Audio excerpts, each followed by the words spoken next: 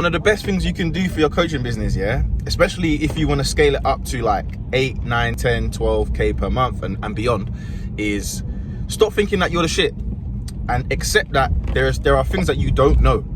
And when I say that, I'm talking about delegating. I was against this for a long time. Well, I wasn't against it, but I thought I was the best coach.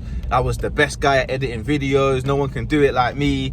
But I didn't realize how much it was hindering me because I wanted to do everything myself. So I realized I was able to scale my online coaching business a lot quicker when I decided to hire. And when I hired, it saved me so much time, which meant I could think on higher level things. I'd have more time for sales calls. Like, my time just increased. So the kind of hires that you need to make, one of them, an assistant coach or a success coach, someone to help run the program. So that means, responding to client inquiries, filling out workout feedback, updating programs, doing check-ins. So that's going to be one of your first hires. Honestly, that helps a ton.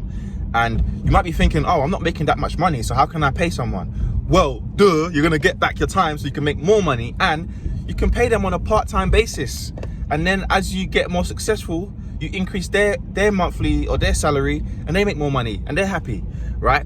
Because a lot of coaches don't want to be business owners, so you got to remember that. The next thing was getting a VA. So I got a VA to help me manage all my admin, track my numbers, like how many sales did I make, and handle my email. She would even send me my calendar for the day. Like, having a VA was lifesaver. And the last appointment, or the last hire that really does make a big difference, especially when you're using social media, is getting an appointment setter. An appointment setter is going to help you a ton, because they're going to be getting your diary packed out with calls so you can take sales, you can make sales. Then the next step beyond that is when you're trying to get to the big boy leagues, is to hire someone to do sales. I would wait. You might not be there yet. Even in some cases, the sales is the last thing you're going to delegate, but eventually you might get to that point. But if you're an online coach already and you're making good money, but you want to take it to the next level, that's what you need to be thinking about.